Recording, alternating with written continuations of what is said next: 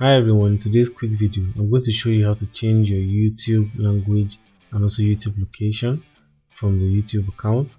So the first thing you have to do is to make sure you are signed in or logged into your YouTube account or the channel you want to change the location and the language for. If you head over to the top left corner of the page here, you can see it shows YouTube DE. DE there stands for Germany, so YouTube Germany. So now to change your location and your language, just head over to the top right corner of the page and click on your icon right here. And once you do that, if you go down, here you see you have language and you have location. To change your location, just click on this here. And here you have a whole lot of options to change your location.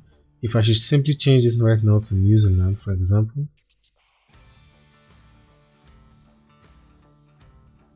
you can see at the top left corner of the page here, you can see it has changed from YouTube DE, which is YouTube Germany, to YouTube NZ, which is YouTube New Zealand. So that's how easy it is.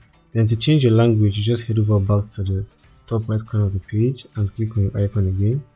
And then go to language here where we have English.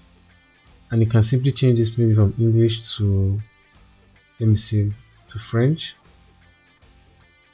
So you can see here it's now showing French over here, and also here at the left part of the page here where you have the tabs, they're all showing French.